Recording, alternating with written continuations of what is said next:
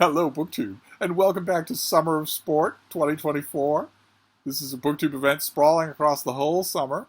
It was created by Mark at Book Time with Elvis to shine a little spotlight on sports-related literature, which doesn't really get its time in the sun in BookTube land, mainly because most of us are indoors reading. And it could be anything. It could be any kind of sports literature, fiction, nonfiction, whatnot. I'm one of the co-hosts, and I have loved lots of sports literature in my life. Not really a sports type player. I'm not a team player. I've never done anything like that willingly or enjoyed it much, nor was I much welcome in team sports of any kind. For reasons that you could probably guess if you've watched this channel for any length of time. If, for instance, I am invited to play Little League Baseball, and I'm at the plate, and the ball sings towards me, and I swing, and we connect, and the ball sails into the sky, the rules of baseball say that I'm supposed to run to first base as fast as I can. And a lot of you, I'm assuming that a lot of you are watching my channel are brand new to my channel, but when I run to first base as fast as I can, the 35 dogs within a mile are running to first base as fast as they can, too. They're thinking, we don't know what this business is of you swinging a stick to hit a ball. But running, well, that we understand. You're not going to do that alone. And what would happen would be that I would get to first base, be absolutely mobbed by dogs that would bring me down through the ground. We would roll all around in the dirt. I would be grabbing their fur and licking their faces, and they would be licking mine. I'd be laughing my head off, and 15 minutes later, I would stand up, and everyone would be mad at me. It's the same reason I was never invited back to play board games. So not really much into that. There are a couple of more individualistic sports that I have tended to enjoy in my life, but I love sports writing.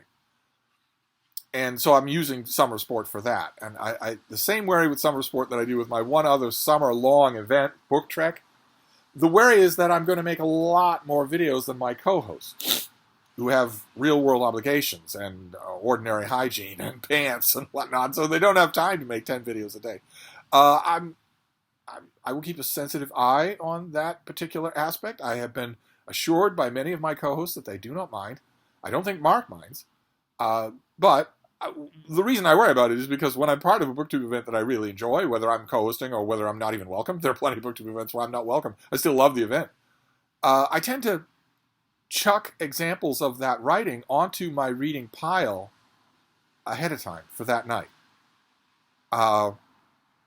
And just fall into the habit of doing that. And if I do that all summer, that'll be 100 books. That is considerably more videos than my co-host will make, I think. But I did it last night. I don't know if I'll do it every night for a summer sport, but I did it last night. Last night, not only did I pick a book that I haven't read in years, but I also wrenched myself out of a pattern that I had been coerced into by the algorithm, which had noticed that I liked hockey romances, wondered if maybe I wouldn't like sizzling hot gay hockey romances, and then became certain that I did like sizzling hot gay hockey romances, and supplied me with nothing else. Bombarded me with nothing else. Nothing else at all. But books that are called either On Thin Ice or some variation of a pun on the word puck. Over and over and over, thousands of them. And I decided that the only way to break out of that pattern was, I can't expect the algorithm to do it. The algorithm is going with a good thing. It's thinking, there's a chance here. But I had to break out of it myself. So I did, rather violently for last night. I went at random, but also, at random. I said, it's not just not out of the blue. I'm going to pick something, maybe that I have a past with, maybe a little bit of a past with, and give it another try. And I did. I went back 40, 50 years to a novel by Pete Gent called North Dallas 40. This was once upon a time an extremely popular novel. I don't even know if it's in print anymore. But I read it when it was extremely popular. When it came out in this paperback, I read it. It's a novel about American football. Specifically about the Dallas Bulls. Very clearly, you're supposed to read that as the Dallas Cowboys, which was, at the time that Gent wrote this book, the Dallas Cowboys were just becoming a gigantic combine of phenomenon, a cultural phenomenon in American football. One of the first teams ever to become that in the modern era. Aided and abetted by the Dallas Cowboy cheerleaders. And on the Dallas Bulls, the narrative focus here is a player named Phil Elliott, who's not exactly in the first flush of youth anymore. He's really experienced. He loves the game, loves it, loves the camaraderie, loves the thinking involved, loves the strategy, loves the game, even loves going to practices, and loves being out on the field even when his team is losing. He's experienced. He knows the game. Was a different era for professional American football, the era that we're in now, where an illiterate 18-year-old is across a bargaining table with 15. He's got 15 agents in mirrored sunglasses. He's across a bargaining table from the franchise, and they're discussing what multiple of $1 million he will get just to join the team. It won't be $1 million. That's an insult. It's what multiple of $1 million will it be? Will it be 10 million? Will it be 15 million? Will it be 18 million? Will it be 200 million? Will it be 300 million? What multiple of 18 will I get for this person who one injury, and he's not only not employable by the team, but not employable at his local Dairy Queen. He doesn't know how to read. He doesn't know anything at all. It's just this one thing. This was not that era. These players were not well paid, and were not well looked after. Usually not well looked after by management or by the league. Management here is represented by a character named Coach Strother, who is extremely well drawn and is obviously Tom Landry. Yeah, I think that Phil Elliott is clearly meant to be Pete Gent, but Coach Strother is obviously Tom Landry here. And by the end of his career, Pete Gent, there was no love lost between Pete Gent and management of football. He was always pretty critical of them. You know how you often, if you know American football, you'll know that you nowadays associated with traumatic head injury.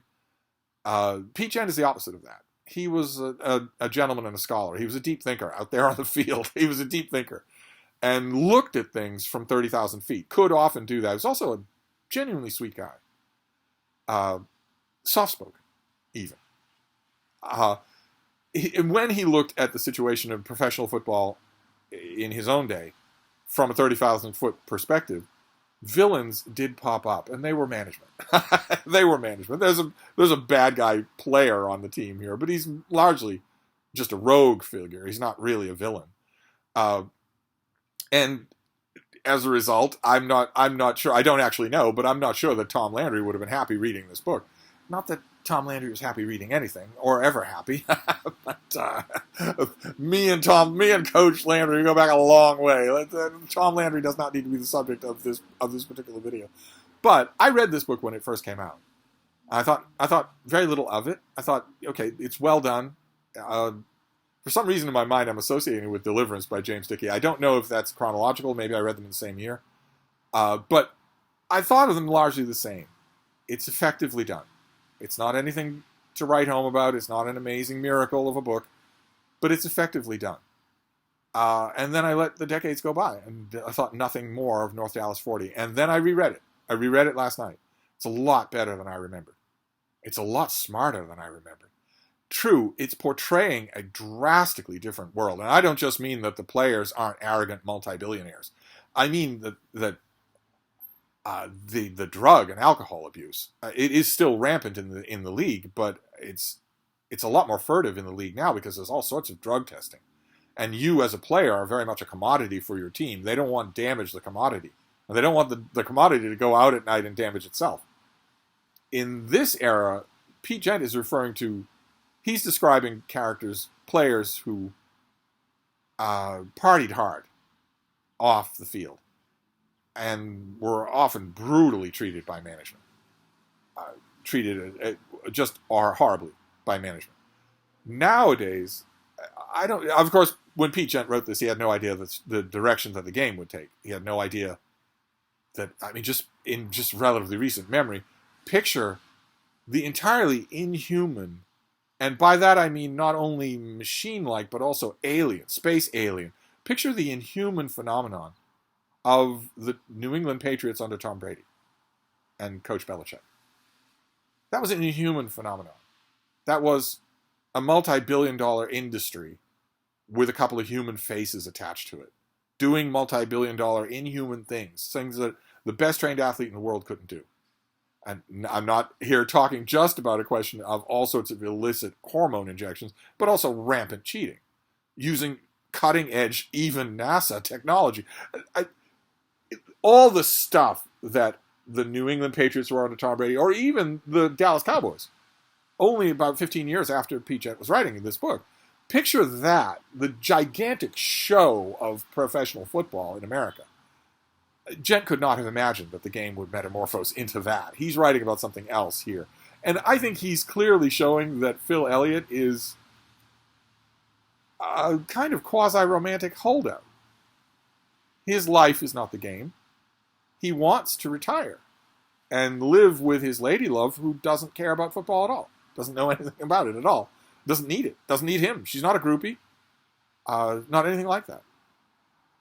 His character, in other words, that's one of the things that leads me to think that Phil Elliott is actually Pete Gent, is that they both have a curious kind of emotional remove from the game. And also, they're not imbeciles. Which, no offense to the players who beguiled many an evening, but a lot of these players are imbeciles. A lot of them proudly will tell you that. This is a different kind of thing because the character here of Phil Elliott loves the game purely for itself. He loves the game. And the attitude in this book, wistful at times, that's touched on many times throughout the book, is that attitude of loving the game for itself, of just loving to play, is going away. Now that was prescient. I believe that is prescient. I don't believe there are many people in the game today that love it. They love what they can get out of it, but I don't think they love playing it. I don't think they would play for free. There's another plot line here. The thing that I didn't notice when I read this 50 years ago, whenever it came out, there is another plot line here, and it is surprisingly well executed. There is a kind of a, not a sting operation, but there's a pincer movement on the part of management dealing with getting Phil Elliott out of the game. And it's well done. It's nothing to do with football. It could easily have been when I was reading it last night, I was thinking the end parts of this book could easily be The Firm by John Grisham. They could easily be corporate conniving type fiction as opposed to football fiction.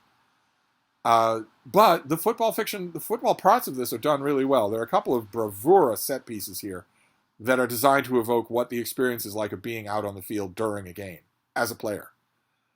I have seen scenes like that in football fiction that were done as well, maybe a little bit better, or maybe I'll be getting to those in June on the Range, or not June on the Range, Summer of Sport 2024. There's still plenty of time for Summer of Sport. But the important thing about North Dallas 40, not only the important thing that I'm very glad that I reread this.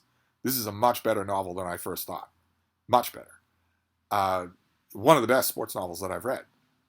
Not just football novels, any novel that I've read on sports. Wish that I had this paperback. I really do. If I ever see this paperback, I probably never will, because this thing was read and loved. That I know. I remember the difference.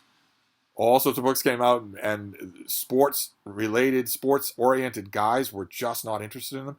Those sports-oriented guys read Jaws, and they also read Deliverance. Maybe that's why I have that book on the mind. But they read this and loved it. So that first generation of paperbacks, and then the second generation of paperbacks, once this was a hit, once it was made into a movie, oh my God. There were thousands of these printed, but I never see them used. I've never seen a copy of this used. In this particular paperback, I've never seen it used. So I might never see a copy of this, but if I do, I would like a physical copy. But I was very glad to reread this in order to reclaim it as a novel. And I was also happy to break that spiral of the algorithm. The algorithm no longer has control over me. I have said goodbye to it. So I will now read what I want for Summer of Sport. I have no idea what it will be next. But boy, oh boy, my scouting report this time around, extremely positive. My first extremely positive read of Summer of Sport. It's a reread. I was very glad to reread this thing. Wow. To find out that I had grown so much, that I had missed so much the first time around. Wonderful. So there you go. That is my somewhat surprising addition to Summer of Sport for 2024. We'll see what today adds to the pile tonight. We'll see what happens. I will report back. Thank you, BookTube.